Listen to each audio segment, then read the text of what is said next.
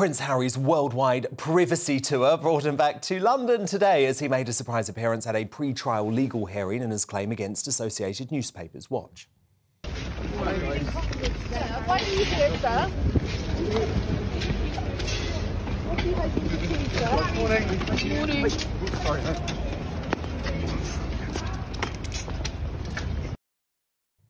Quite a thuggish response when he bumped into that photographer, wasn't it? Now, I'm not sure what jetting 5,500 miles for a court hearing he didn't need to attend does for the Duke of Woke's green credentials or his pathetic plea for taxpayer-funded protection, but anything for a bit of publicity, right? And if he hoped for some undeserved FaceTime with the King, Harry is going to be sadly mistaken. The Daily Telegraph has revealed that Charles, who is currently in Highgrove ahead of his state visit to Germany on Wednesday, has told his son he's just too busy to see him. And Prince William also thought to snub any possible reunion, having left London for half-term with Kate and their children.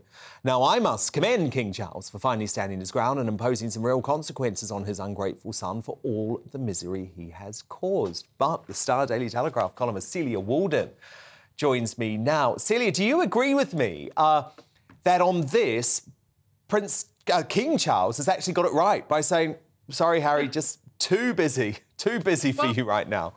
Ouch. I've got to say, when I heard that, I mean, I don't think I've ever said to my daughter, I'm too busy to see you. And I hope that moment never comes. But then my daughter's not treated me in the way Harry has treated his father. So, you know, I understand what Charles is doing. And I'm with you. I think that, you know, for him to be standing up to him for once and not because he's extended so many olive branches. And I think, I mean, we don't know the ins and outs of it, of course. But the other thing is that we still don't know whether Harry is actually going to come to his father's coronation. So it's all very well him jetting 5,000 miles across the world for this, which is clearly a priority. But to do so without actually having, as far as we know, RSVP'd to his father's coronation just seems a sort of extraordinary mix-up of priorities. And the problem is, Celia, there is a risk now for King Charles associated with any face-to-face with his son, because he doesn't know what's planned. He doesn't know if Harry has interviews planned, if he's planning new chapters to the book. And I believe Charles is right at the moment to say, enough, I'm not going to make myself vulnerable, because by making himself vulnerable, he's also making the royal family vulnerable to attacks from the Sussexes. Right. Well, also, I mean, the irony of this great privacy world tour, and you'll remember that when he did that interview with Tom Bradby after the publication of Spare, he actually said that it would be his life's work to reform the British media. And so this is clearly part of his life's work. But there is a great irony when you consider how many people's privacy he invaded with the publication of his autobiography. You know, from the famous people's homes that he went to and partied at and took at, to you know, the people he slept with, you know, they were all thrown under the bus. So he obviously, but it's different standards for him, presumably. I mean, he's far worse than any tabloid journalist, Celia. I mean, come on, think about it, right? He literally quoted his father at his own father's funeral. I mean, come on. That's invasion into grief. That is actually quite sickening.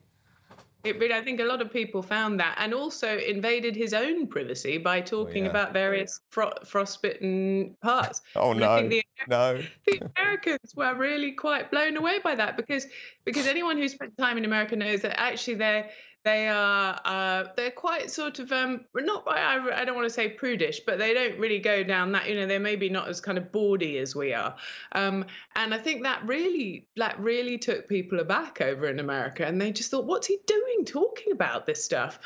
You know, there's not a journalist in the world who would have written about that. No, indeed, indeed. Now, look, Celia, I want to turn to this woke war on literature after the great Agatha Christie novels became the latest target of left-wing censors. So this is HarperCollins setting its sights on Poirot and the Miss Marple series, reworking Christie's masterpieces and, in some cases, could you believe this, removing entire passages to suit so-called modern sensitivities. So I'll show you some of the changes, which include changing the reference to natives with the word local and Indian temper with his temper. That's in Miss Marple's final cases, and 2 other stories, while the appearance of a young woman in the mysterious affair at Styles has been changed from of gypsy type to simply a young women. Of course, Agatha Christie, not the first to have these sensitivity readers come in and tear up the original works. Roald Dahl, Ian Fleming have recently had woke rewrites. So are we actually now preventing a generation of children from getting into reading the real world? I can't bear this. Well, I mean, what anyone who's ever met a child, this is the biggest mistake that publishers are making. If they think they're going to somehow reignite, you know, a sort of generation of readers in young children, you'll know if you've ever met a child that they love villains. You know, they don't want people toned down, sort of with, and to be made sort of #be kind. They want big, outsized, you know, grotesque, Roald Dahl style villains, or indeed the kind of villains, you know, that you find in Agatha Christie. And what's hilarious is some of the stuff that they take out is just completely absurd. Like in Enid Blyton, who again has also been a victim of this posthumously, she has had various passages where characters have said "shut up" to each other, and that has been taken out because, I mean, God forbid a child should read "shut up." It's a terrible mistake.